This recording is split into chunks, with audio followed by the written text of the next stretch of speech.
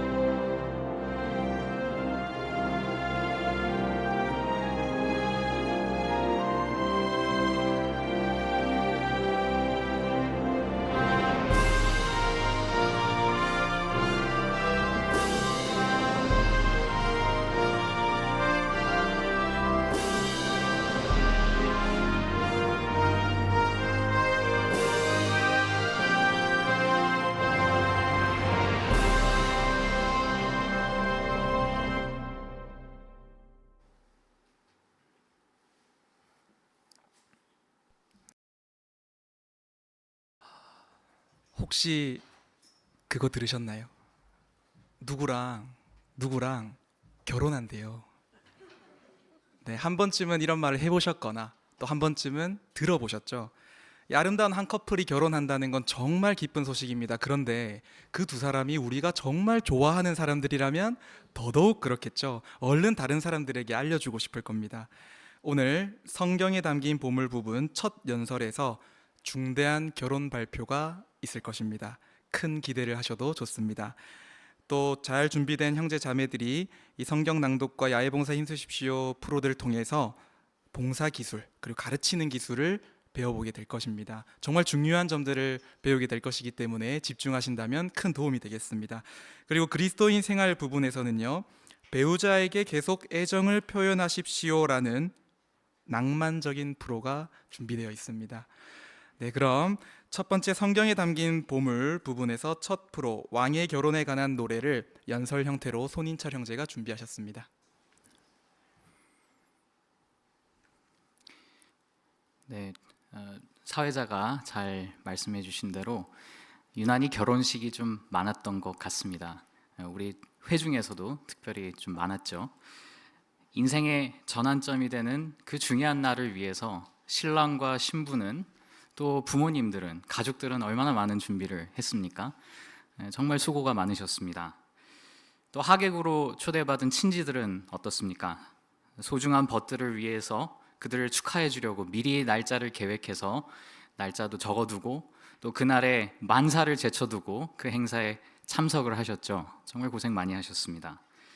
그리고 그날을 손꼽아 기다리면서 사람들에게 그런 날에 특별한 결혼식이 있다고 알려줬을지도 모르겠습니다. 이처럼 결혼식은 우리의 가슴을 설레게 하고 또 기대감을 불러일으키고 기쁨에 넘치는 그런 인생의 중대한 전환점입니다.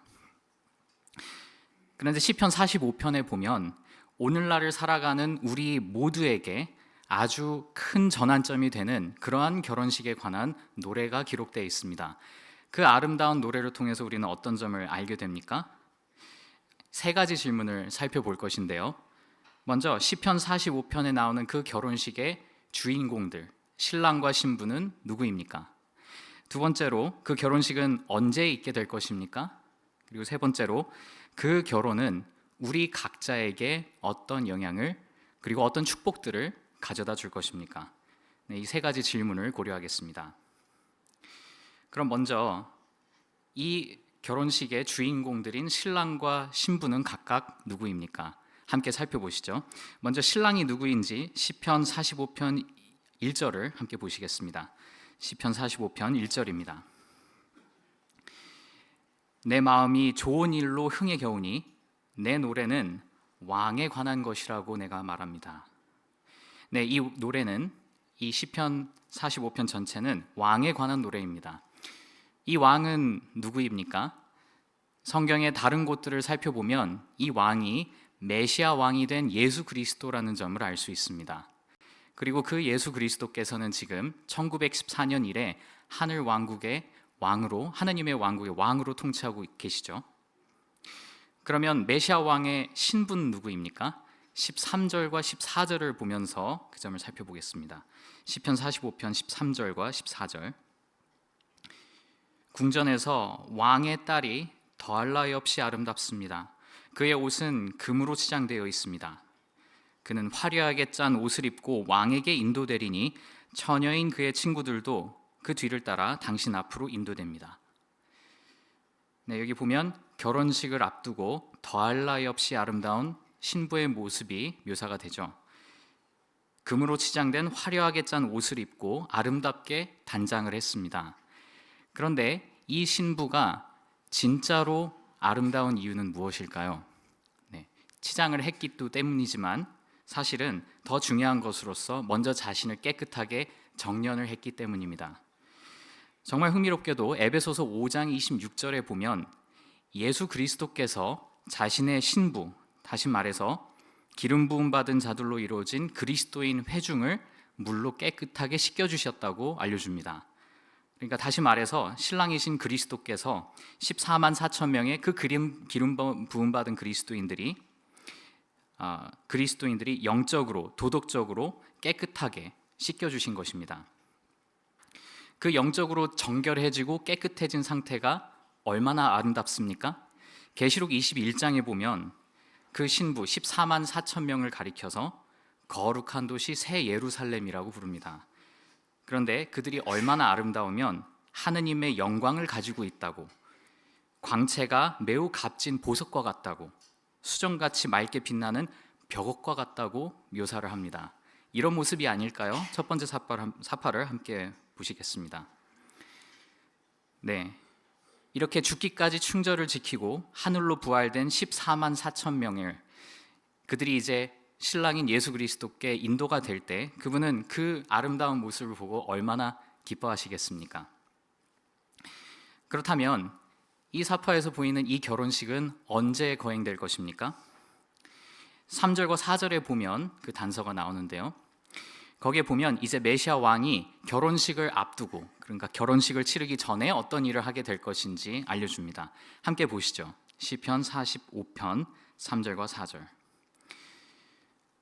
오 위력 있는 분이여, 위엄과 영화를 갖추시고 허리에 칼을 차십시오. 영화를 갖추고 나아가 승리를 거두고 진리와 겸손과 의를 위해 말을 타고 나아가십시오. 네, 메시아 왕 예수께서 허리에 칼을 차고 나아가 승리를 거둔다고, 다시 말해서 결혼을 하기에 앞서서 먼저 전쟁을 치르고 나아가서 승리하신다는 것입니다. 그리고 나서 돌아와 결혼을 하신다는 것이죠. 언제 그런 일들이 있게 될까요? 성서 예언을 보면 그 일이 있기까지 1년의 사건들이 있을 것이라고 알려줍니다. 아주 가까운 미래에 이 세상의 정치 제도는 함께 힘을 합쳐 거짓 종교를 공격하게 될 것입니다. 그것이 바로 예수께서 예언하신 큰 환난의 시작이 될 것이죠. 이 큰 환난이 시작되고 나면 하느님의 적들인 그 거짓 종교 세계 제국은 멸망될 것입니다. 그리고 그 나라들의 연합체는 이제 다시 주의를 돌려 여호와 하나님의 백성들에게로 향하게 될 것이죠. 그때에, 바로 그때에 시편 45편 3절과 4절에 예수께서는 허리에 칼을 차고 나아가실 것입니다. 충실한 천사들과 14만 4천 명의 하늘로 부활된 그리스도인들과 함께 이 땅에 오셔서 바로 취약해 보이는 자신의 백성들을 보호하고 그들을 위해 행동을 취하실 것입니다. 그것이 바로 아마겟돈 전쟁의 시작이 될 것입니다. 우리는 이 아마겟돈 전쟁의 결말을 사실 이미 알고 있죠. 그 전쟁이 끝나면 이제 메시아 왕은 나아가 승리를 거두게 될 것입니다. 결국 메시아 왕을 반대하는 그 누구도, 그 어떤 조직도 살아남지 못하고 멸망될 것입니다. 메시아 왕은 완전한 승리를 거둘 것입니다. 아마겟돈 전쟁이 끝나고 하나님의 적들이 모두 멸망된 이후에야 비로소 메시아 왕과 14만 4천 명은 상징적인 결혼식을 치르게 될 것입니다. 그 결혼식은 실제로 무엇을 의미합니까? 바로 메시아 왕과 하늘로 부활된 14만 4천 명이 이제 하나의 정부를 구성해서 1000년 동안 이 땅을 통치하게 된다는 것을 의미합니다. 생각해 보십시오. 진리와 겸손과 의를 갖춘 왕이 영적으로 깨끗하게 정련된 공동 통치자들과 함께 우리 모두를 통치하는 것입니다. 정말 기쁜 일이 아닙니까? 그러면 이 메시아 왕과 14만 4천 명으로 구성된 이 정부가 우리를 통치하게 될 때 우리는 어떤 축복들을 누리게 될 것입니까? 시편 46편 9절에 보면 우리는 여호와께서 그 메시아 왕국을 통해 이루시는 놀라운 일들을 똑똑히 보게 될 것이라고 알려줍니다. 하나님께서는 온 땅에서 전쟁을 그치게 하실 것이고 활을 꺾고 창을 부러뜨리며 병거를 불사르실 것입니다. 그 어떤 전쟁도, 전쟁 무기도, 우리를 불안하게 하는 그 어떤 것도 더 이상 존재하지 않게 될 것입니다. 사파를 계속해서 보실까요? 반대로 그 신세계에 살 우리는 어떤 모습일 것입니까? 칼을 쳐서 보습을 만들고 창을 쳐서 낫을 만들 것입니다. 다시는 전쟁도 배우지 않을 것이고요. 모두가 만족스러운 일을 갖게 될 것이고 그 누구도 굶주리거나 질병으로 고통받는 일이 없을 것입니다. 우리 모두 영원히 살 전망을 갖게 될 것입니다. 그렇습니다. 시편 45편의 이 상징적인 결혼식은 우리 모두에게 정말 큰 전환점이 되는 사건입니다. 14만 4천 명의 그 충실한 그리스도인들이 영적으로 깨끗한 상태가 되도록 직접 씻겨주시는, 그리고 아름답게 단장시켜주시는 사랑 많은 왕, 진리와 겸손과 의를 갖추신 왕, 자신의 백성을 위해서라면 기꺼이 신속하게 행동하셔서 적들을 멸망시켜 주시는 그런 행동하시는 왕, 그런 왕이 온 땅을 통치하게 될 것입니다. 그때가 되면 우리는 한 번도 경험해보지 못한 평화로운 신세계에서 왕국 통치를 받으며 영원한 생명을 누리게 될 것입니다. 그러면 이제 중요한 것은 이것입니다. 가까운 미래에 반드시 있을 메시아 왕의 이 결혼식에 대해 우리 각자는 어떻게 느낍니까? 우리의 왕 예수 그리스도에 대한 좋은 소식을 알리는 것에 대해 생각하면 시편 필자가 노래했던 것처럼 내 마음도 좋은 일로 흥에 겨워집니까? 나는 그 일을 간절히 기다리고 있습니까? 끝이 얼마 남지 않은 이 시점에서 메시아 왕의 결혼과 그 결혼을 통해 이루어질 일들에 대해 계속 묵상하십시다. 그리고 메시아 왕국과 여호와 하나님에 대해 다른 사람들에게 더 많이 알리는 일에 최선을 다하도록 하십시다. 우리가 그렇게 할 때 우리는 가까운 미래에 있을 그 결혼식에 나도 꼭 참석하고 싶다는 그 마음을 여호와 하나님과 우리의 왕 예수 그리스도께 보여드리게 될 것입니다.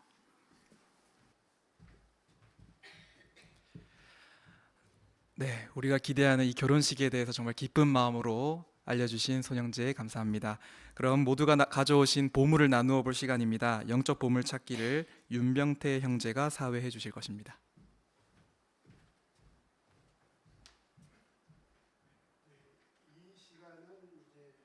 우리들이 영적 보물을 찾는 시간입니다. 오늘은 이번 주 시편 45편부터 47편의 범위에서 함께 찾아보도록 하시겠습니다. 먼저 그러면 주어진 성구 시편 45편 26절, 그 성구를 같이 한번 낭독을 해보도록 하죠. 어느 분이 좀 수고해 주시겠습니까? 김동경 형제. 당신의 아들들이 조상들의 자리를 차지하리니 당신은 그들을 온 땅의 방백들로 임명할 것입니다. 네, 감사합니다. 자, 그러면 이 성구는 낙원에서의 생활에 대해 무엇을 알려줍니까? 낙원과 관련해서 무엇을 알려주고 있을까요? 네, 저 뒤에 안정국 형제. 네, 조상들의 자리를 차지해서 방백들이 임명될 거라 했는데 그리스도와 14만 4천 명의 그 공동 통치자들의 인도를 따라서 잘 조직된 이 방백들이 이 땅을 관리할 때 그야말로 이 낙원에서는 안전과 평화로운 그런 생활을 기대할 수 있겠습니다. 네, 나동기 형제.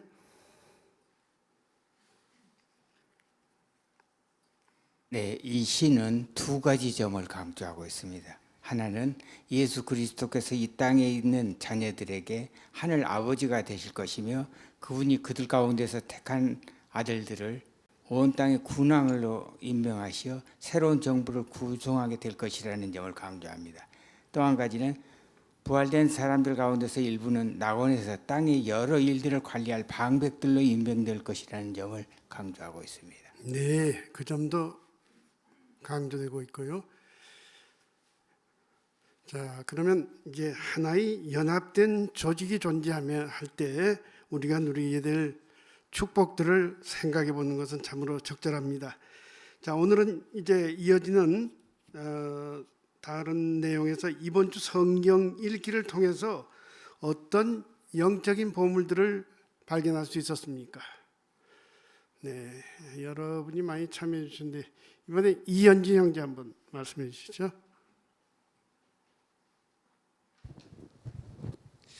네, 시편 46편 10절의 기록을 보면 여호와께서는 과거에 자신의 민족들을 보호하기 위해 강력한 힘을 사용하셨고 그로 인해 드높여지셨습니다. 그분의 강력한 보호 능력에 대해 묵상해 보면 오늘날에도 우리가 여호와를 의지할 때 그분은 언제나 우리를 위해 도와줄 준비가 되어 있으시다는 확신이 강화됩니다. 네, 감사합니다. 이 앞에 나이정 자매.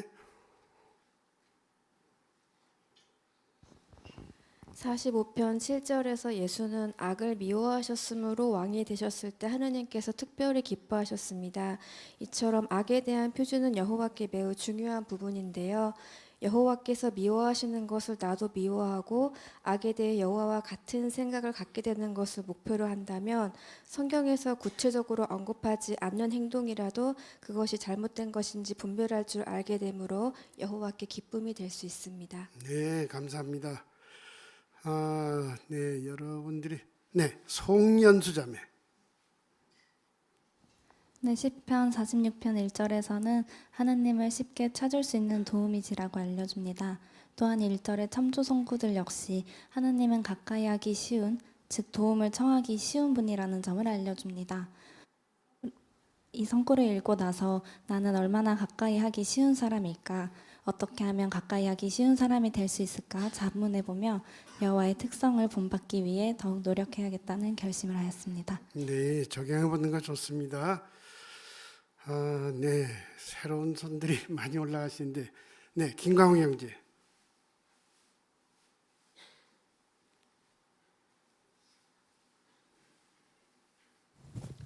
네, 계시록 19장을 보면 그 6절에서 어린 양의 결혼식이 준비되었다고 하고 11절 뒤에서 그 아마겟돈이 나옵니다. 그러니까 계시록 19장대로 하면 어린 양의 결혼이 먼저 있고 아마겟돈이 있는 것처럼 이해할 수 있는데 오늘 우리는 앞에 10분 연설에서 이 시편 45편에 근거한 아주 중요한 진리를 배우게 되었죠.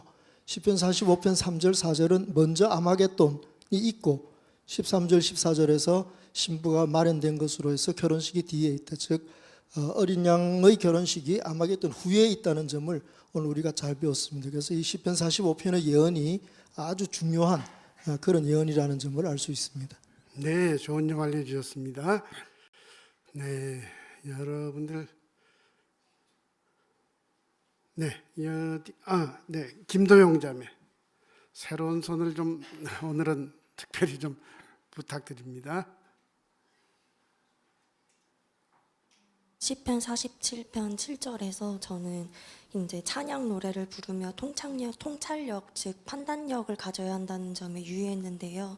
거짓의 아버지인 사탄은 이제 마지막 날이 깊숙한 지금 우리를 속이고 하느님과 멀어지게 하기 위해 모든 기회를 활용하기 때문에 저 역시도 계속 진리에 대한 확신을 유지하기 위해서 일상생활을 하면서도 모든 기회에 기도와 매일 성경 읽기 등을 통해서 통찰력을 기르기 위해서 노력해야 된다는 점을 생각해 보게 되었습니다.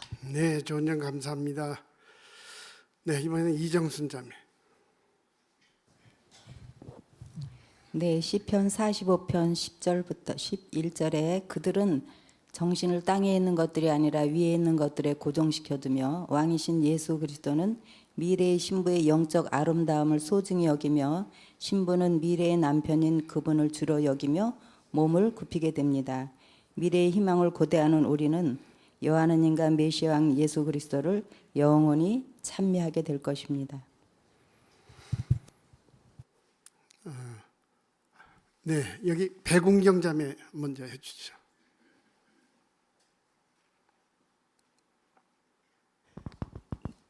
고대 이스라엘 민족은 시편 47편 4절에 묘사된 것처럼 여호와의 자랑거리였습니다. 그러나 여호와의 사랑, 공의, 자비가 행사되는 특별한 나라로 돋보이려면 백성들이 하느님의 통치를 마음으로 받아들이고 순종해야 했습니다.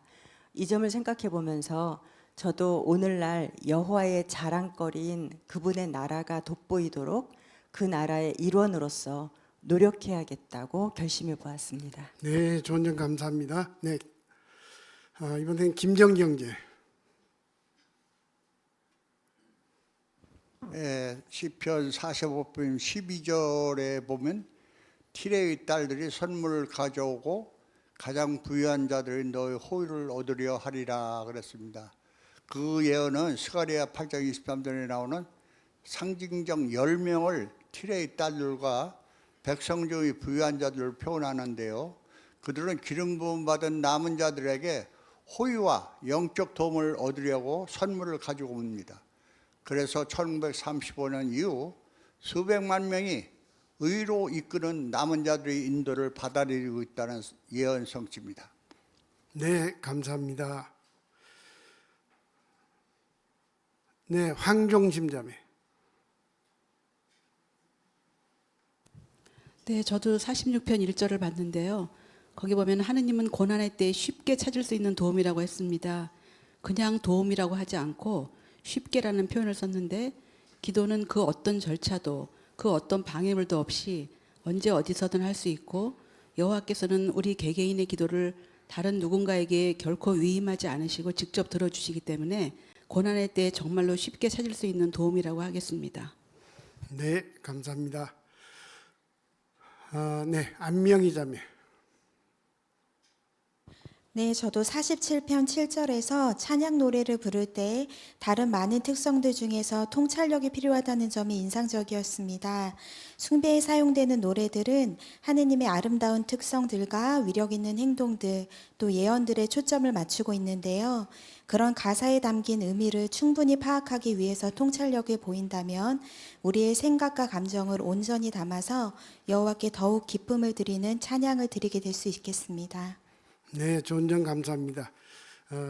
시간이 다 된 것 같습니다. 참여해 주신 모든 분들께 감사드립니다.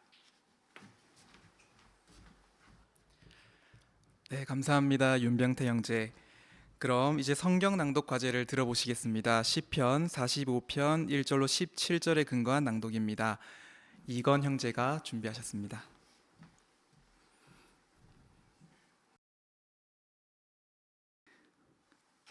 지휘자에게 백합에 맞추어 고라자손 마스길 사랑 노래. 내 마음이 좋은 일로 흥에 겨우니 내 노래는 왕에 관한 것이라고 내가 말합니다. 내 혀가 능숙한 필자의 펜이 되게 해주십시오. 당신은 사람의 아들들 가운데 가장 준수하고 당신의 입술에서는 은혜로운 말이 흘러나오니 하나님께서 당신을 영원히 축복하셨습니다. 오 위력 있는 분이여, 위엄과 영화를 갖추시고 허리에 칼을 차십시오. 영화를 갖추고 나아가 승리를 거두고 진리와 겸손과 의를 위해 말을 타고 나아가십시오. 당신은 오른손으로 외경스러운 일을 이룰 것입니다. 당신의 화살은 날카로워 민족들을 당신 앞에서 쓰러뜨리고 왕의 적들의 심장을 꿰뚫습니다. 하나님은 영원 무궁토록 당신의 왕자이시며 당신의 왕국의 홀은 공의의 홀입니다. 당신이 의를 사랑하고 악을 미워하셨으므로 하느님 곧 당신의 하느님이 당신의 동무들보다 당신에게 더 많은 환희의 기름을 부으셨습니다. 당신의 모든 옷에서 모략과 침향과 육해향이 나며 웅장한 상하궁에서 흘러나오는 현악기 소리가 당신을 기쁘게 합니다. 당신의 존귀한 연인들 가운데는 왕들의 딸들이 있고 당신의 오른편에는 왕비가 오필의 금으로 꾸미고 서 있습니다. 들어라 딸아, 주목하여 귀를 기울이고 너의 백성과 아버지 집을 잊어라. 그러면 왕이 너의 아름다움을 열망하리라. 그분은 너의 주인이 그분에게 몸을 굽혀라. 디레의 딸이 선물을 가져오고 가장 부유한 자들이 너의 호의를 얻으려 하리라. 궁전에서 왕의 딸이 더할 나위 없이 아름답습니다. 그의 옷은 금으로 치장되어 있습니다. 그는 화려하게 짠 옷을 입고 왕에게 인도되리니 처녀인 그의 친구들도 그 뒤를 따라 당신 앞으로 인도됩니다. 그들은 즐거움과 기쁨 속에 인도를 받으며 왕궁으로 들어갈 것입니다. 당신의 아들들이 조상들의 자리를 차지하리니 당신은 그들을 온 땅의 방백들로 임명할 것입니다. 내가 장차올 모든 세대에게 당신의 이름을 알리리니 민족들이 영원토록 당신을 찬양할 것입니다.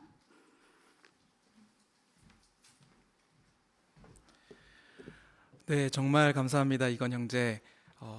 이건 형제가 오늘 살펴보실 과는 5과 읽고 가르치는 기술을 발전시키십시오. 5가 정확한 낭독이었습니다. 틀리지 않으면 정확한 낭독일까요? 네, 여기 보면 자료의 내용을 정확하게 낭독해야 한다는 요점이 있는데요. 중요한 한 가지 방법은 단어 군으로 읽는 겁니다. 그런데 언제 정확하게 낭독하기가 쉽지 않던가요? 우리가 잘 쓰지 않는 표현이 연달아서 나올 때 그 단어 하나하나에 집중을 하다 보니 우리가 정확하게 낭독하는 게 어려울 수 있습니다. 그 유의해 본 한 구절이 있는데요. 8절에 보면 모략, 침향, 육계향, 웅장한 상하궁, 네, 다소 생소한 단어가 연달아 나오는 구절을 제가 조금 유심히 보았습니다. 그런데 하나도 부자연스럽거나 또 어색한 면이 없이 자연스럽게 단어 군으로 읽는 것을 볼 수 있었습니다. 무엇을 알려줍니까? 연습을 정말 많이 하셨다는 겁니다. 정확한 낭독을 하길 원하시는 분들은 가장 중요한 건 연습인 것 같습니다. 그래서 앞으로도 많은 연습을 한다면 우리 모두 훌륭한 낭독자가 될 수 있습니다. 네, 이건 형제 감사합니다. 그럼 야외봉사에 힘쓰십시오 부분을 진행해 보겠습니다. 첫 번째 대화 시작하기인데요. 비공식 증거 장면을 이인경 자매가 보조자인 최가은 자매와 함께 해주실 겁니다.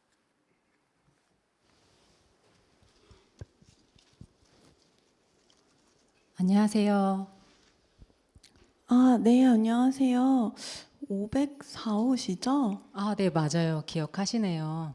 바쁘게 출근하실 때 몇 번 인사 나눴었는데 가지치기 하고 계시나 보다. 이거 올리브나무 맞죠? 네, 맞아요. 오늘 날씨가 너무 좋아서 물도 흠뻑 주고 좀 수영 관리 좀 하려고 가지고 나왔어요. 이 올리브 나무가 키우기 좀 어려운 식물이라고 들었는데 와, 어떻게 이렇게 멋지게 키우셨어요? 이게 조금 난이도가 있는 식물인데요. 제가 워낙 좋아해서 좀 신경을 많이 써서 키우고 있어요. 여기가 복도식 아파트잖아요. 그래서 선생님 집 앞을 항상 지나다니는데 문 앞에 화분을 정말 잘 갖고 놓으셨더라고요. 그 예쁜 식물들을 보면서 자연스럽게 힐링이 되니까 참 고마운 이웃이라는 생각을 계속 했었어요. 그렇게 생각해 주셔서 감사해요. 근데 해 좀 보라고 잠깐 내놓는 건데 그 사이에 누가 자꾸 훔쳐가더라고요. 벌써 2개나 없어졌어요. 정말 속상하시겠어요. 이렇게 사람들의 양심이 점점 무뎌져 가고 있는 것 같아요. 그래서 요즘 현관에서 무슨 소리만 나도 막 나가보게 된다니까요. 안 그래도 회사에서 스트레스 받는 게 큰데 이렇게 집에서까지 스트레스를 받으려니까 너무 힘드네요. 그래서 오늘은 조금 생각도 정리하고 스트레스도 좀 풀려고 이렇게 가지고 나왔어요. 그러시구나. 잘하셨어요. 이 스트레스가 만병의 근원이라는 말이 있잖아요. 스트레스를 받는 일들이 많아지면 다양한 질병에 걸릴 위험이 높아지고 이 스트레스가 지속되면 가벼운 병도 더 악화될 수 있다는 뉴스 기사를 본 적이 있는데요. 아무래도 우리의 건강과 직결되는 문제이다 보니까 저 역시 관리하려고 노력하고 있어요. 저도 그런 뉴스 본 것 같아요. 그런데 스트레스 관리가 참 쉽지 않아요. 맞아요. 제가 도움을 얻고 있는 사이트가 있는데 잠깐만 보여드릴게요. 여기 검색란에 이렇게 스트레스라고 치고 돋보기 모양을 누르면 관련된 내용들이 나오는데요. 저는 특히 여기 스트레스에 대처하는 방법이라는 이 기사가 도움이 좀 많이 되더라고요. 번호 알려주시면 이 기사의 링크를 좀 보내드릴게요.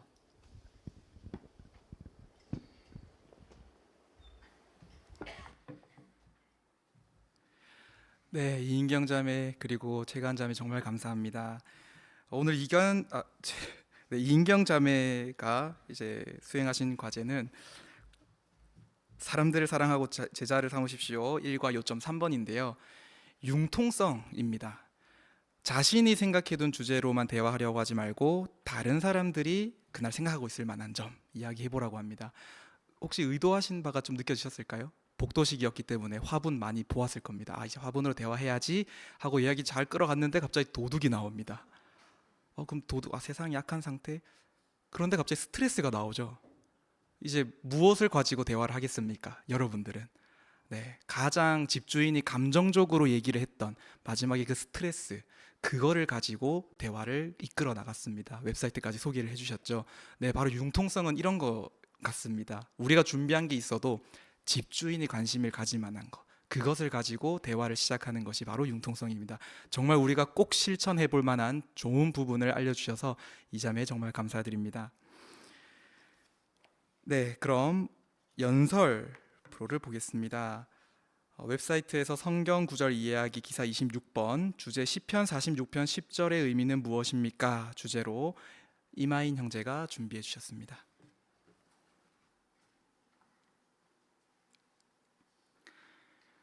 오늘날 우리는 저마다 다양한 형태의 어려움들을 겪습니다. 때로는 부정적인 감정들에 휩싸일 수도 있고 우리의 힘으로는 도저히 어쩔 수 없는 문제들에 직면하기도 합니다. 그러한 어려움들을 겪을 때 우리는 빠져나갈 길이 없구나 하는 생각이 들지도 모릅니다. 하지만 우리가 시편 46편 10절에 들어있는 말씀의 의미를 온전히 이해한다면 우리는 그러한 감정들로부터 벗어나게 됩니다. 함께 시편 46편 10절을 살펴보시겠습니다. 시편 46편 10절입니다. 너희는 항복하고 내가 하느님인 것을 알아라. 내가 민족들 가운데서 높여지고 온 땅에서 높여지리라. 근데 이 성구가 어떻게 우리가 그러한 감정들로부터 벗어나는 데 도움을 줄까요? 이 성구의 표현을 보시면 너희는 항복하고 내가 하느님인 것을 알아라 라는 부분이 나옵니다. 이 표현은 여호와께서 직접 하신 권고로서 사람들이 여호와의 주권을 인정할 필요가 있음을 강조하고 있는 것입니다.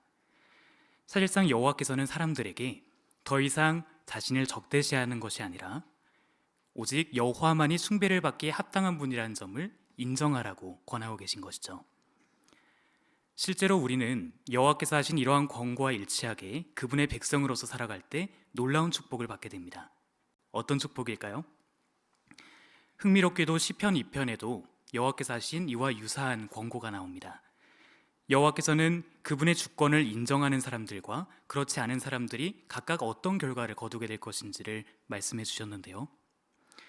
여호와의 주권을 반대하는 사람들은 여호와의 진노가 타오르게 될 것이지만 여호와께 도피하는 사람들, 즉 그분의 권위를 인정하고 그분께 순종하는 사람들은 행복할 것이라고 보증하셨습니다. 실제로 여호와께서는 그러한 보증과 일치하게 행동하신다는 것을 나타내 오셨습니다. 어떻게 그 점을 알 수 있습니까? 이어지는 후반부에 나오는 표현을 보시면 내가 민족들 가운데서 높여지고 온 땅에서 높여지리라 라는 표현이 나옵니다. 실제로 여호와의 승인받은 백성이었던 이스라엘 백성들이 이집트를 탈출하는 사건을 통해 여호와 이름이 높여지는 일이 있게 되었습니다. 당시 막강한 세계 강국이었던 이집트의 대군이 이스라엘 백성들의 뒤를 쫓고 있었습니다. 또한 그들 앞에는 거대한 홍해 바다가 길을 가로막고 있었죠. 사실상 빠져나갈 길이 없는 것처럼 보였습니다. 하지만 여호와께서는 홍해 바다를 열어주심으로 이스라엘 백성들이 빠져나갈 길을 열어주셨고 막강한 파라오의 군대를 홍해 바다에서 멸망시킴으로 오직 구원이 여호와를 통해서만 올 수 있다는 것을 증명해 보이셨습니다. 이 사건에 대한 소식은 금세 주변에 있는 민족들에게 퍼지게 되었고 여호와 이름이 높여지게 되었습니다. 흥미롭게도 이 일은 앞으로 더 큰 규모로도 성취될 것입니다. 머지않아 여호와께서는 이 땅에서 여호와의 주권을 인정하지 않고 자신의 백성들을 공격하는 사람들을 모두 아마겟돈 전쟁을 통해 멸망시키실 것입니다. 그렇게 되면 이 땅에는 그분의 권위에 순종하고 여호와를 숭배하는 사람들만 남게 될 것입니다. 그때가 오면 여호와께서는 마침내 성구의 마지막 표현처럼 온 땅에 드높여 주시게 될 것입니다. 이처럼 시편 46편 10절에 나오는 이 표현들은 우리가 여호와의 인도를 구하고 그분을 의지할 때 여호와께서는 우리가 어려움을 벗어날 수 있도록 우리를 보호해 주실 것임을 확신할 수 있게 됩니다. 천둥이 강하게 치는 날, 천둥 소리를 무서워하는 어린 자녀들은 어떤 반응을 보입니까? 아마 부모님 곁으로 달려갈 것입니다. 그러고는 마음의 안정감을 느끼죠. 왜 그런 행동을 할까요? 물론 천둥 소리 자체가 없어지는 것은 아니지만 그만큼 부모님이 자신을 보호해 줄 수 있다는 강한 확신과 믿음이 있기 때문일 것입니다. 그와 비슷하게 여호와께서는 과거에도 자신의 백성들을 막강한 이집트의 군대로부터 보호해 주셨듯이 오늘날에도 자신의 백성들을 보호하실 것이라고 약속하고 계신 것입니다. 따라서 그러한 보증의 약속을 계속 신뢰하고 여호와를 온전히 의지하시기 바랍니다. 그렇게 한다면 우리는 어떤 어려움을 겪더라도 마음이 압도되지 않고 평온함을 느끼게 될 것입니다.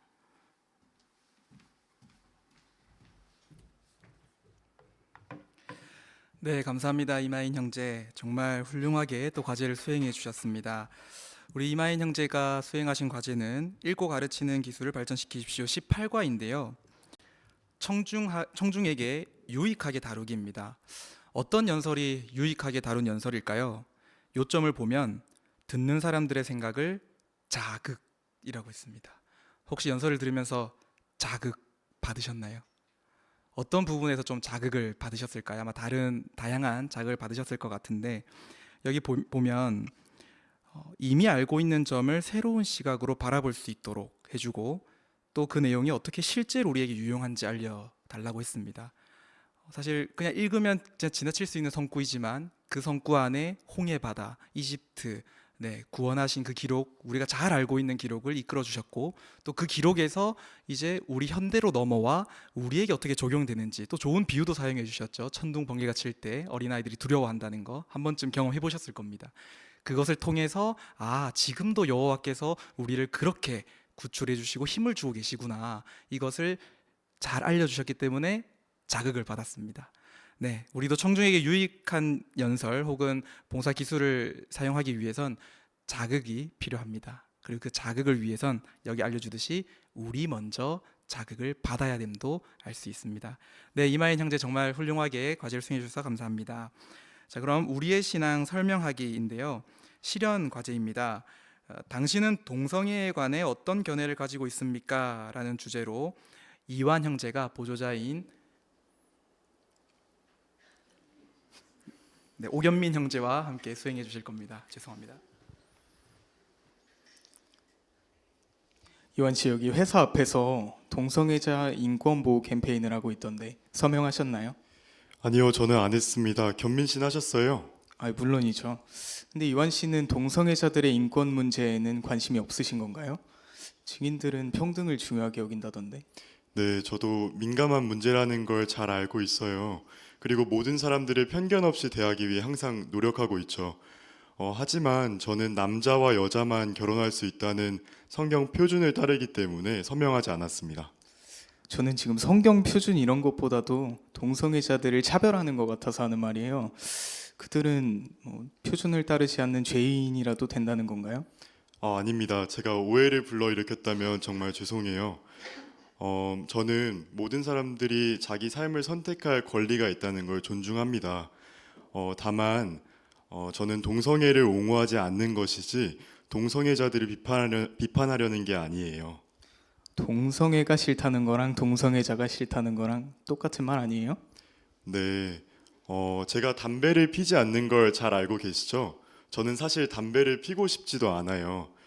그렇다고 해서 담배를 피는 견민 씨를 이상하게 생각하거나 견민 씨도 담배를 피지 않는 저를 이상하게 생각하지 않으실 거예요. 동성애에 있어서 의견 차이가 있는 것도 비슷한 원리가 아닐까요? 솔직히 저는 이해가 잘 되진 않네요. 요즘 사회 전반적인 분위기도 동성애를 옹호하는 분위기인데 너무 고리타분한 것 같네요. 네, 그렇게 생각하실 수 있죠. 저는 견민 씨에게 제 생각을 강요하는 게 아니에요. 제가 그러지 않는 것처럼 견민 씨도 제 생각을 존중해 주셨으면 좋겠어요. 물론 존중하죠. 존중하는데 너무 답답해서 그래요. 성경 원칙인가 그런 것도 어디 나오는지 잘 모르겠고요. 네, 그러시면 다음 이 시간에 몇 가지 성경 표준들을 보여드릴 수도 있는데요. 사실 관심 없어요. 시간을 너무 많이 뺏은 것 같아서 죄송하네요. 다음에 얘기하시죠. 네, 아닙니다. 궁금하실 수 있는데 물어봐 주셔서 감사합니다.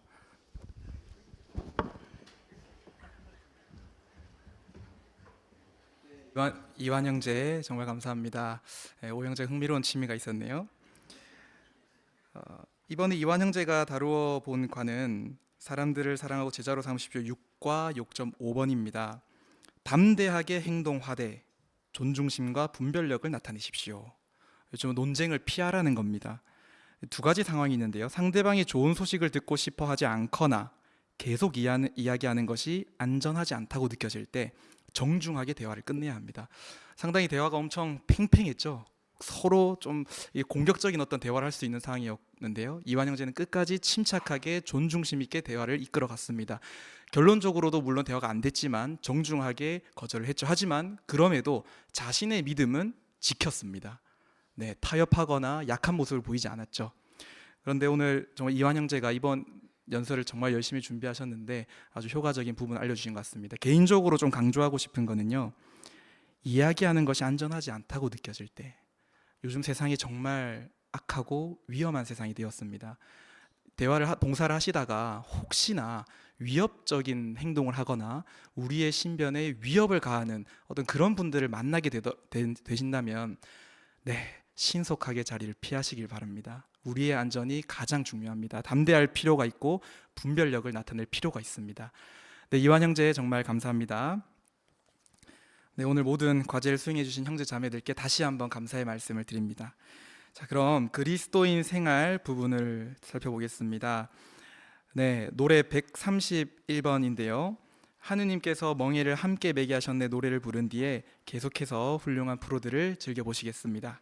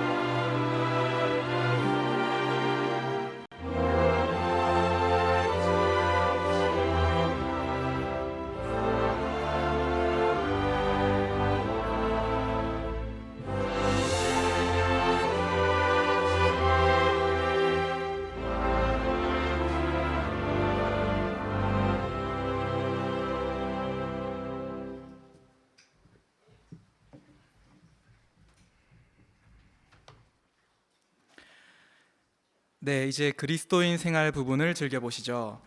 배우자에게 계속 애정을 표현하십시오. 토의로 된 프로를 김명식 형제가 준비하셨습니다.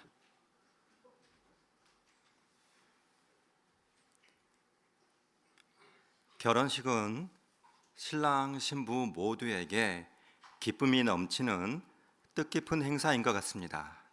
생각해 보면 결혼은 인생에서 손꼽을 정도로 가장 행복한 날 중 하나가 아닐까 싶은데요.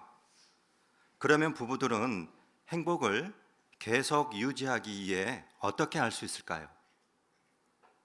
건강을 지키려면 음식과 물을 꾸준히 섭취하는 것이 꼭 필요하듯이 행복하고 튼튼한 결혼 생활을 하려면 무엇이 필요할까요? 부부가 서로에게 애정을 표현하는 것입니다. 결혼한 지 수십 년이 지났습니까? 나이가 들어서 애정 표현을 한다는 것이 조금 어색하나요? 이와 관련해서 이삭과 리브가의 본을 우리가 살펴보면 도움이 될 것 같습니다. 이들은 결혼한 지 30년이 넘었을 때에도 여전히 서로에게 따뜻한 애정을 표현했다고 합니다. 각주 표현을 보면 애정을 표현했다라는 말을 껴안았다라고 말을 해주고 있는데요. 이삭이 리브가와 40세에 결혼을 했으니까 70세가 훌쩍 넘는 나이에도 불구하고 그 부부는 애정 표현을 했다는 것이죠. 그러면 결혼한 부부가 그와 같은 애정 표현을 하는데 무엇이 도움이 될 수 있을까요? 준비된 동영상을 보시고 질문을 살펴보겠습니다.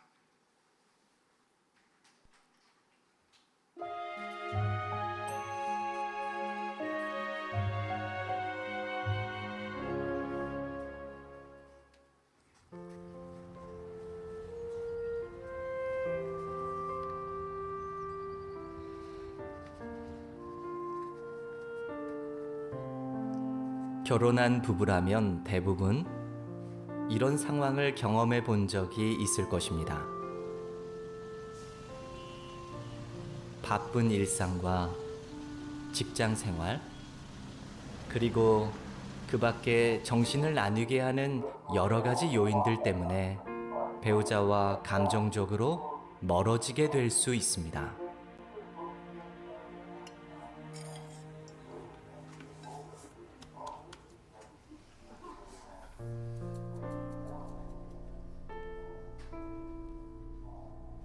대화가 줄어들고 점점 거리감을 느끼게 됩니다.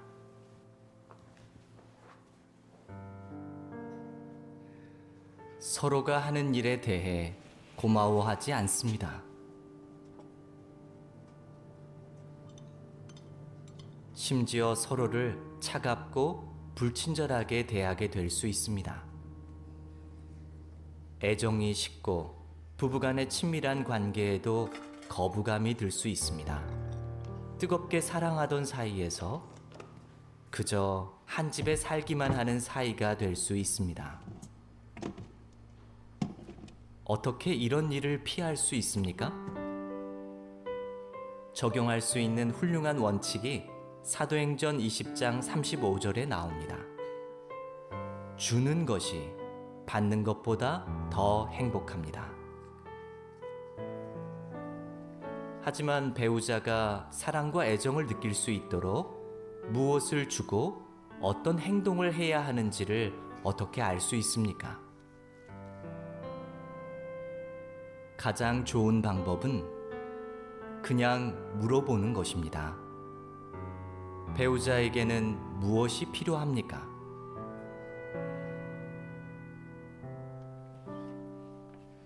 어떤 배우자들은 잘 들어주고 고마움을 표현하는 따뜻한 말을 해줄 때 사랑받는다고 느낍니다. 또는 사랑이 담긴 스킨십을 하거나 함께 좋은 시간을 보낼 때 사랑받는다고 느끼기도 합니다. 그런가 하면 집안일을 거들어 줄 때 자신이 소중한 존재라고 느끼는 배우자들도 있습니다. 두 사람이 대화를 통해 무엇을 알게 되었든 배우자의 불완전성에 초점을 맞추지 말고 가능한 한 배우자가 좋아할 만한 말이나 행동을 하기 위해 노력함으로 상대방이 사랑과 관심을 받고 있다고 느끼게 할 수 있습니다.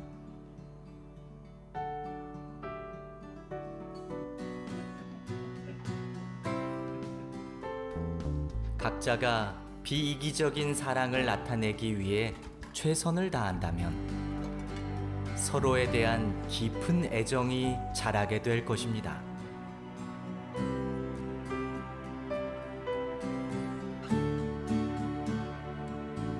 그러한 깊은 애정은 행복한 결혼 생활의 한 가지 비결입니다.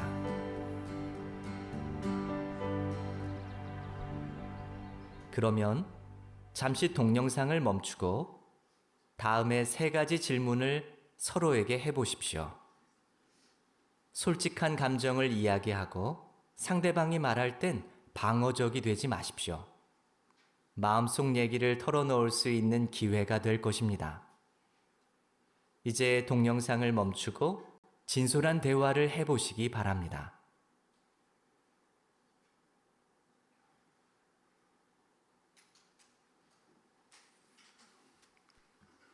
네, 뭔가를 느끼게 해주는 동영상이었죠. 질문 보겠습니다. 결혼한 부부가 어떻게 감정적으로 서로 멀어질 수 있습니까?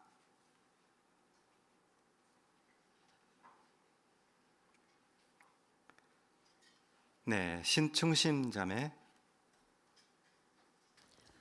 네, 너무 바쁜 일상생활이나 또 이렇게 직장생활 그리고 정신을 나뉘게 하는 요인들이 있는데요. 거기에는 핸드폰이나 TV, 또 컴퓨터 그런 것들로 인해서 대화가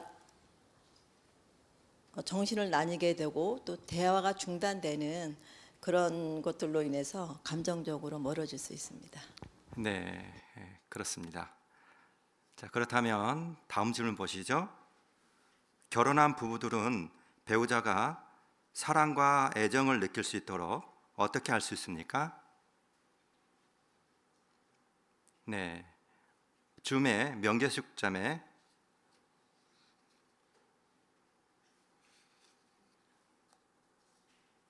절의 권고대로 배우자에게 무엇이든지 주려고 해야 하고 또 잘 들어주고 고마움을 표현하고 배우자에게 무엇이 필요한지 자주 물어보고 배우자의 불완전성에 초점을 맞추지 말고 배우자가 좋아하는 말이나 행동을 하라고 권고하고 있습니다. 네, 감사합니다. 네, 여기까지만 듣겠습니다. 죄송합니다. 네, 그러면 집회 교재에 나와 있는 사파를 같이 보실까요? 부부들은 말과 행동으로 애정을 표현할 수 있습니다. 배우자에게 사랑한다고 말하는 것에 더해 안아주거나 입맞춤하거나 손을 잡아준다면 어떨까요?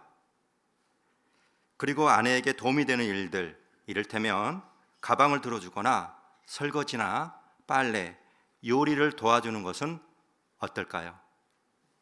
이렇게 한다면 사랑을 받기만 하는 것이 아닌 주는 것이 될 것입니다. 부부들은 함께 보낸 시간이 오래될수록 서로 애정을 표현하는 것이 소홀해질 수 있습니다. 그러므로 행복한 가정을 위해서 일시적이 아닌 살아가는 동안 계속해서 배우자에게 애정을 표현하시기를 권면해 드립니다.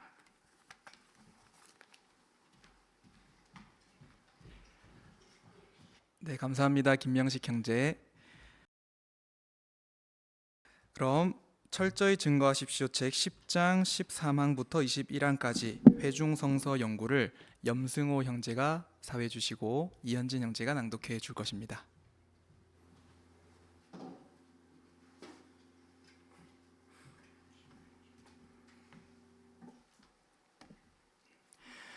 이번 주는 10장 13항부터 21항을 토의할 것입니다. 지난번에 베드로가 놀랍게 구출되었습니다. 이제 베드로를 위해 기도드렸던 형제 자매들은 어떤 반응을 나타낼 것입니까? 철책 10장의 마지막 부분을 함께 살펴볼 것입니다.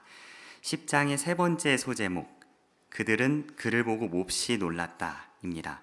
13부터 15항까지를 이현진 형제의 낭독으로 듣겠습니다.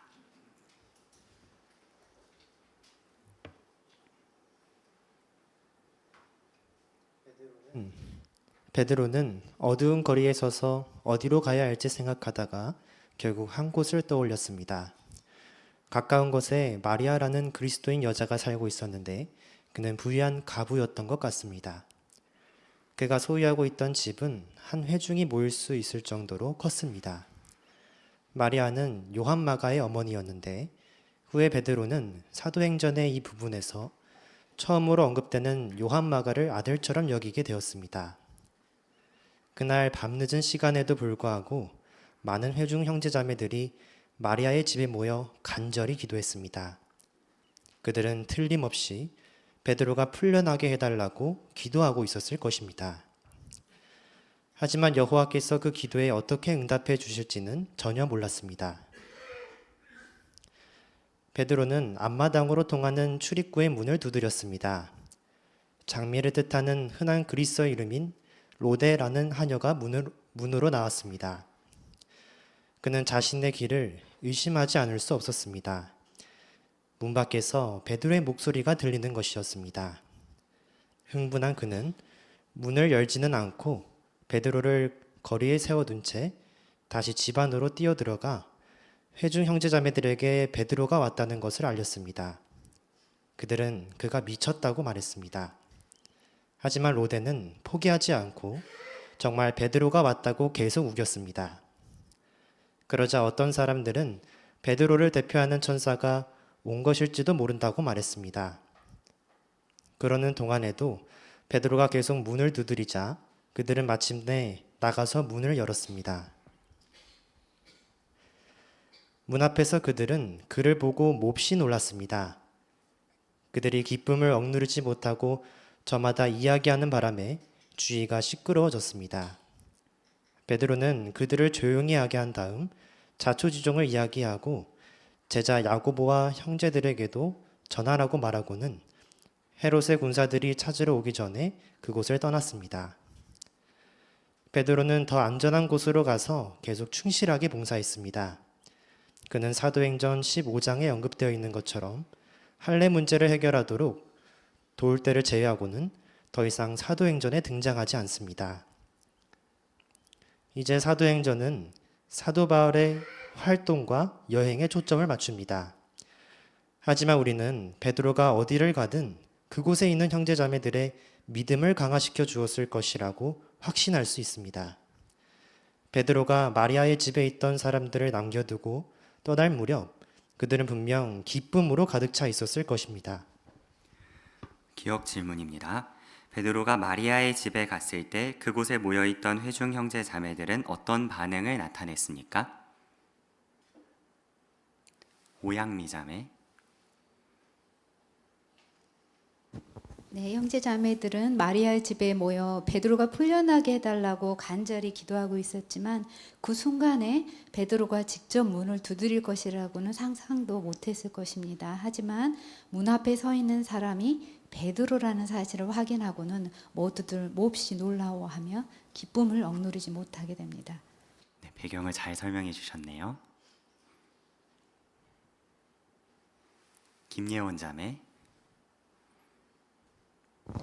네, 그들은 베드로가 이 시간에 이러한 방식으로 정말로 나왔다는 것을 믿지 못하고 오히려 그를 대표하는 천사가 온 것이 더 타당하다고 생각할 정도로 처음에는 믿을 수 없는 그런 반응을 보였습니다. 잘 부가해 주셨습니다. 최산 형제.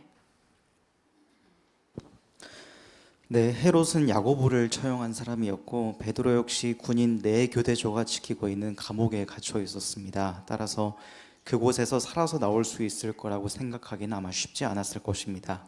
그래서 항해 표현처럼 자신의 귀를 의심하고 흥분하고 또 베드로가 왔다는 말에 미쳤다고 생각하는 것이 어쩌면 당연한 반응이었을 것입니다. 성구를 아주 잘 강조해 주셨습니다. 니은 질문입니다. 이제 사도행전은 무엇에 초점을 맞추며 하지만 베드로는 형제 자매들에게 계속 어떤 영향을 미쳤습니까? 김영자 A 자매.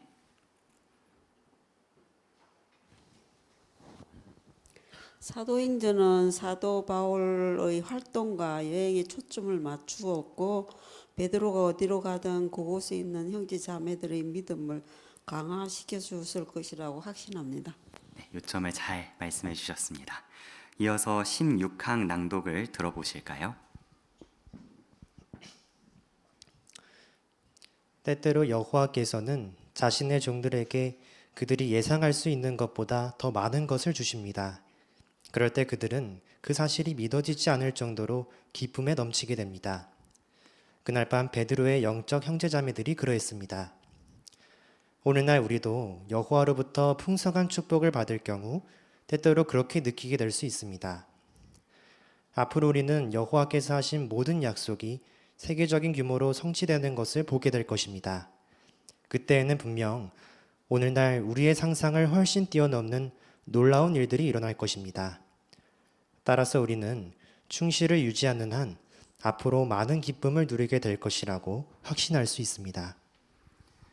앞으로 우리가 기쁨을 누리게 될 것이라고 확신할 수 있는 이유는 무엇입니까? 조복희 자매.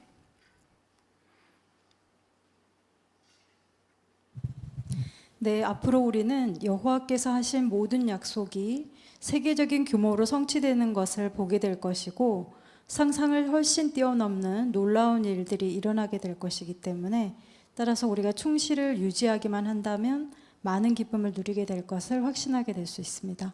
네, 요점을 말씀해 주셨습니다. 고건 형제. 예, 당시 베드로를 위해 기도하던 형제자매들은 베드로가 나중에 부활되어 하늘에서 예수와 함께 자신을 돕게 되는 위치에 있을 것인 것을 정말 상상하지 못했을 것입니다. 이처럼 우리도 현재 상황에서는 여호와께서 우리를 어떻게 도와줄지 상상할 수 없지만 정말 우리의 상상을 완전히 뛰어넘는 커다란 축복이 있을 것을 유추할 수 있습니다. 베드로에 대해 또 그런 점도 생각해 볼 수 있네요. 이동윤 형제.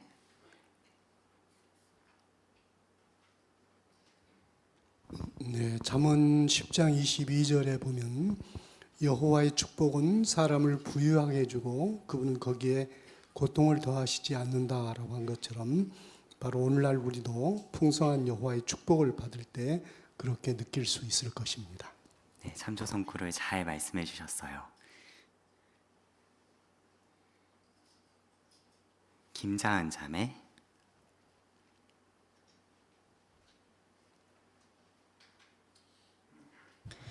네, 베드로를 위해서 기도하던 형제 자매들은 베드로가 풀려나기를 기도했지만 막상 베드로가 풀려난 것을 봤을 때는 믿기 어려워했습니다. 우리가 미래에 그리고 지금 누리게 될 기쁨도 우리가 예상을 무엇을 예상하든 그것은 우리의 예상을 늘 뛰어넘을 것입니다. 감사합니다. 중심 내용과 이 항의 내용을 잘 연결해 주셨어요. 그럼 이제 마지막 항으로 가볼까요? 여호와의 천사가 그를 쳤다입니다. 17, 18항을 낭독하겠습니다. 베드로가 탈출했다는 것을 알고 몹시 놀란 사람이 또 있었습니다. 그는 다름 아닌 헤롯이었습니다. 헤롯은 그 소식을 듣고 화를 냈습니다. 그는 즉시 철저한 수색을 명한 다음 베드로를 지키던 보초병들을 신문하게 했습니다. 보초병들은 끌려가서 처벌을 받았는데 아마 처형을 당했을 것입니다. 헤롯 아그리파는 동정심이나 자비라고는 찾아볼 수 없는 사람이었습니다. 이 잔인한 사람은 과연 처벌을 받았습니까? 아그리파는 베드로를 처형시키지 못한 것 때문에 체면이 손상되었다고 생각한 것 같습니다. 하지만 얼마 안 있어 그의 상처받은 자존심을 회복하게 되었습니다. 그의 적들이 화평을 청하는 외교 행사가 있었는데 그는 분명 많은 참석자들 앞에서 연설을 하고 싶어 했을 것입니다. 누가는 그 행사에 참석하기 위해 헤롯이 왕복을 입었다고 기록했습니다. 유대인 역사가 요세푸스에 따르면 헤롯이 입은 옷은 은으로 만들어진 것이었으며 따라서 빛이 비치면 그는 찬란하게 빛나 보였을 것입니다. 이 오만한 정치가가 연설을 하자 군중은 아첨하는 말로 이것은 사람의 음성이 아니라 신의 음성이다 하고 외쳤습니다. 사람들이 헤롯에게 아부를 하게 된 배경을 설명해 보십시오. 정공영 자매. 네, 사도 12장 20절에 보면 헤롯은 티레와 시돈 사람들에게 화가 나 있었다고 했습니다. 역사에 명시되어 있지 않은 어떤 이유로 헤롯은 자신으로부터 식량을 공급받던 시돈 사람들과 싸울 기세였기 때문에 이 왕과 티레와 시돈 사람들 사이에 정치적 긴장이 조성되었습니다. 그러자 그 도시들의 주민들은 아부하는 쪽으로 평화를 제의했고 헤롯은 자기가 베드로를 처형하지 못한 것 때문에 체면이 깎였다고 생각했기 때문에 이번에 화답해서 그 자존심을 회복하기 위해서 공개 연설을 하게 되었습니다. 네, 배경을 잘 설명해 주셨습니다. 이정 형제.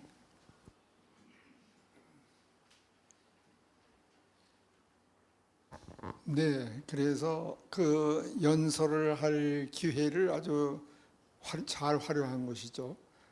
은으로 된 아주 왕복을 화려하게 입고 그리고 이제 그가 연설을 전개했을 때 사람들이 아첨하는 그런 사람들이 그 음성이 사람의 음성이 아니고 신의 음성이다 이렇게까지 그를 추켜 세움으로써 아첨하는 그런 일들이 있었습니다. 그럼 이제 헤롯이 어떻게 됐는지 보시죠. 19항과 20항을 낭독하겠습니다. 이 광경을 하나님께서 지켜보고 계셨습니다. 그러한 영광은 하나님께만 돌려야 하는 것이었습니다. 헤롯에게는 화를 면할 기회가 있었습니다. 그는 군중을 꾸짖거나 적어도 그들의 말에 동조하지 않을 수 있었습니다. 하지만 그는 잠언에서 알려주듯이 교만하면 파멸이 따른다는 것을 보여주는 생생한 예가 되었습니다. 그러자 즉시 여호와의 천사가 그를 쳤으며 우쭐해하던 그 자기중심적인 사람은 끔찍한 죽음을 맞이하게 되었습니다. 헤롯은 벌레에게 먹혀 죽고 말았습니다. 요세푸스도 아그리파가 갑자기 앓게 되었다고 지적했으며 아그리파가 자신이 군중의 아부를 받아들였기 때문에 죽는 것으로 생각했다고 덧붙였습니다. 요세푸스는 아그리파가 닷새 동안 고통을 겪다가 숨을 거두었다고 기록했습니다. 때때로 불경건한 사람들이 온갖 악행을 저지르고도 아무 처벌도 받지 않은 것처럼 보일지 모릅니다. 그것은 놀라운 일이 아닙니다. 온 세상은 악한 자의 지배 아래 있기 때문입니다. 하지만 하나님의 충실한 종들은 때때로 악한 사람들이 합당한 처벌을 받지 않은 것 같을 때 마음이 불편해집니다. 그렇기 때문에 이와 같은 기록들은 위안이 됩니다. 여호와께서는 악인을 심판하신 이러한 기록들을 통해 자신이 공의를 사랑한다는 사실을 모든 종들에게 일깨워 주십니다. 조만간 그분의 공의가 널리 시행될 것입니다. 기억 질문입니다. 여호와께서 헤롯을 처벌하신 이유는 무엇입니까? 김대석 형제. 여호와께 돌아가야 될 영광을 헤롯 자신에게 돌렸기 때문입니다. 감사합니다. 안주리 자매. 네, 그는 자칭 유대인으로서 하나님의 율법을 잘 알고 있다고 자처하는 사람이었습니다. 그런 가운데 이 자신에게 아부하는 자들이 칭송하는 그 칭송을 받아들였고 하나님의 그것을 여호와께 돌리는 것을 하지 않았습니다. 잘 설명해 주셨습니다. 감사합니다. 윤성희 자매. 네, 그래서 잠언 16장 18절에서 알려주는 것처럼 교만하면 파멸이 따른다는 것을 잘 보여주는 그런 사례가 됩니다. 맞습니다. 니은 질문입니다. 우리는 헤롯 아그리파의 갑작스러운 죽음에 관한 기록으로부터 어떻게 위안을 얻을 수 있습니까?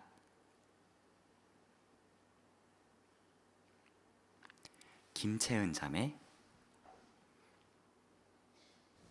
네, 악한 사람들이 온갖 악행을 저지르고도 처벌을 받지 않는 것처럼 보이면 마음이 불편할 수 있지만 여호와께서 헤롯을 이렇게 심판하신 기록을 보면 여호와께서 공의를 사랑하시며 조만간 그분의 공의를 시행하실 것이라는 점을 알 수 있습니다.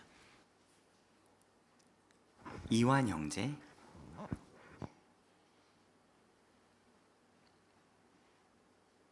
네, 갑작스러운 죽음이라고 헤롯과 사람들은 느낄 수 있었지만 여호와께서는 계속 헤롯을 지켜보고 심판을 준비하셨습니다. 지금도 예외 없이 온갖 악행과 불공정을 저지르는 사람들을 지켜보고 계시고 그분이 정하신 때 심판하실 것이기 때문에 우리는 그분의 심판을 기다리며 충절을 지킬 것입니다. 네, 맞습니다. 교훈점을 잘 이끌어내 주셨네요. 나이정 자매.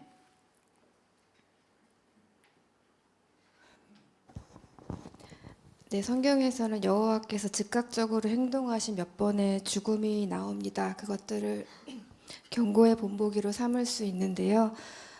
공의에 대한 여호와의 사랑은 변하지 않습니다. 물론 모든 악인에 대한 처벌이 똑같지 않기 때문에 마음이 불편할 때가 있긴 하지만 그런 이해되지 않는 부분에 초점을 맞추기보다는 여호와께서 확실히 보여주시는 이런 경고의 본보기를 늘 기억하면서 희망을 가질 수 있습니다. 감사합니다. 그럼 이제 마지막 항을 볼까요? 21항 낭독을 듣겠습니다. 이 기록은 여호와의 말씀은 자라고 퍼져나갔다는 매우 격려적인 말로 끝납니다.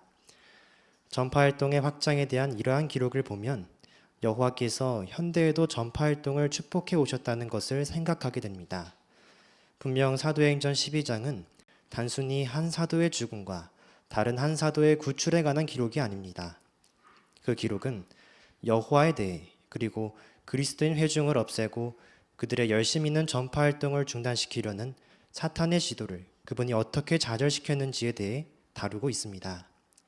그 공격은 실패했습니다. 그와 같은 모든 계략은 반드시 그처럼 실패할 것입니다. 반면에 여호와와 예수 그리스도의 편에 서 있는 사람들은 결코 실패하지 않는 일에 참여하고 있습니다. 참으로 격려가 되지 않습니까? 오늘날 우리가 여호와의 말씀을 전할 수 있다는 것은 참으로 큰 영예가 아닐 수 없습니다. 좋은 낭독에 감사합니다. 사도행전 12장은 주로 무엇에 대해 다루며 이 기록이 오늘날 우리에게 위안이 될 수 있는 이유는 무엇입니까? 정규의 자매.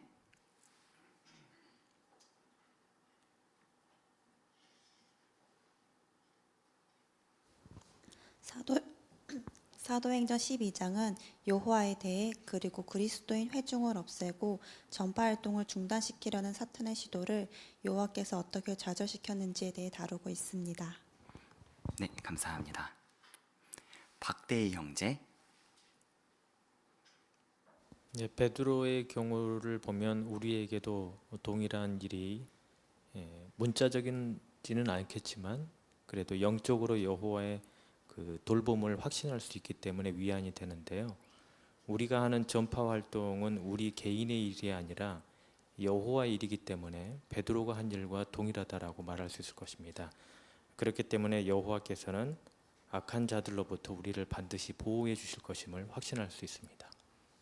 확신을 강화시켜 주셔서 감사합니다. 이건 형제.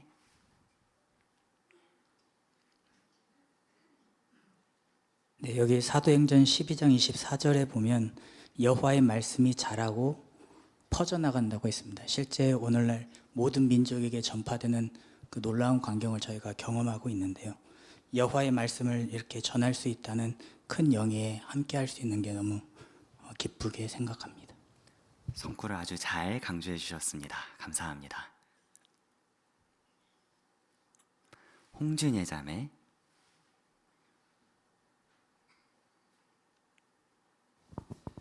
네, 통제권은 여호와께서 가지고 계시기 때문에 사탄의 모든 계략은 반드시 실패할 것이라는 것을 알게 되기 때문에 위안이 됩니다.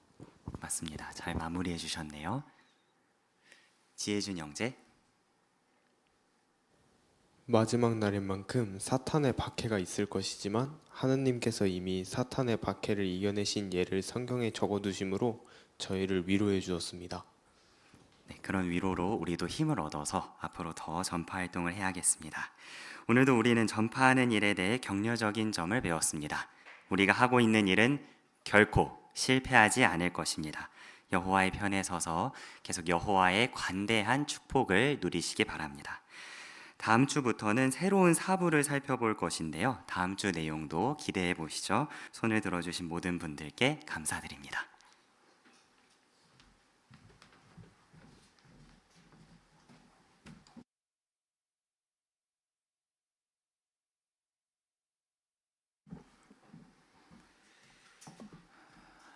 네, 훌륭한 사회의 염승호 형제, 또 낭독의 이현진 형제 감사드립니다.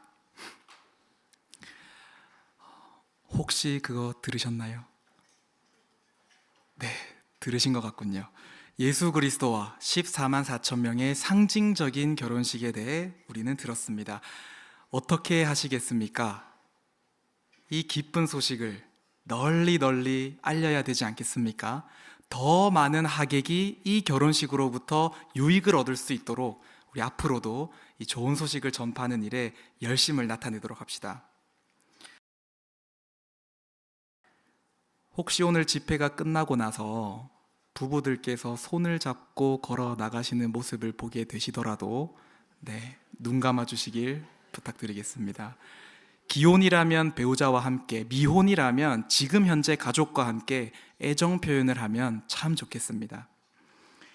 다음 주 집회에서는요, 우리 부모 여러분들이 가족 전체가 어떻게 우리 여호와의 증인의 조직을 더 신뢰할 수 있도록 도울 수 있는지 중점적으로 살펴볼 것입니다. 잘 준비해 오신다면 또 한번 유익한 집회를 즐기실 수 있을 것입니다. 네, 오늘 집회를 위해서 정말 잘 준비하시고 오랫동안 준비해 주신 모든 프로에 참여해 주신 형제 자매분들 감사드립니다. 그리고 조용한 가운데 집중해 주신 모든 청중분들, 그리고 화상회의 앱을 통해서 참석하신 모든 분들 진심으로 감사드립니다. 협회로 온 광고 및 유의사항을 먼저 낭독해 드리겠습니다. 1. 2025 왕국전도학교. 2025년 초에 전 세계적으로 열릴 왕국전도학교 마련이 준비되고 있음을 기쁘게 알려드립니다. 학교 과정은 장로 약 8시간, 봉사의 종 약 8시간으로 구성될 것입니다. 특별히 장로와 봉사의 종의 침례받은 아내들이 남편과 함께 학교의 마지막 2연설에 참석하도록 초대될 것입니다. 장로와 봉사의 종이 참석하도록 배정될 학급의 정확한 날짜와 장소는 순회 감독자가 알려줄 것입니다. 2. 웹사이트나 소셜미디어의 자료를 게시하는 일. 다른 사람에게 링크를 보내는 방법으로 우리 조직의 웹사이트에 나오는 정보를 공유할 수 있기는 하지만 우리 웹사이트에 올라온 그림, 전자출판물, 상표, 음악, 사진, 동영상, 기사 가운데 어떤 것도 인터넷이나 소셜미디어에 게시해서는 안 됩니다. 여기에는 jw.org나 JW 스트림에 있는 월간 방송, 회중 집회, 순회 대회, 지역 대회 등의 신권 프로그램도 포함됩니다. 만약 이러한 자료를 승인 없이 웹사이트나 소셜미디어에 게시했다면 삭제하시기 바랍니다.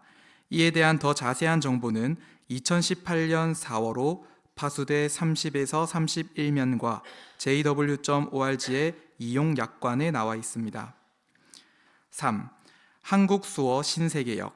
한국수어 신세개역 성경이 단계적으로 발표됨에 따라 이제 말라기의 수어 영상 파일을 JW 라이브러리 수어와 jw.org 및 워치타워 온라인 라이브러리에서 사용할 수 있음을 기쁘게 알려드립니다. 이제부터는 회중 집회와 야외 봉사에서 이 새로운 수어 영상을 사용할 수 있습니다.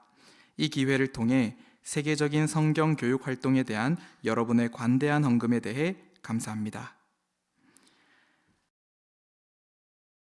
집회를 위해서 또 보이지 않는 곳에서 수고해 주신 많은 형제들이 계시죠. 진심으로 감사를 표현합니다. 혹시 개인적으로 기쁨이 되는 일들이 좀 있으신가요? 좀 무엇이 개인적으로 기쁨이 되시던가요? 아마 그 마음을 잘 표현해 줄 마지막 노래를 힘차게 불러보겠습니다. 가능하시다면 일어나셔서 기쁨으로 노래하라 111번 우리를 기쁘게 하는 일들 노래를 힘차게 부르신 뒤에 박노준 형제가 우리를 위해 마지막 기도를 해주실 것입니다.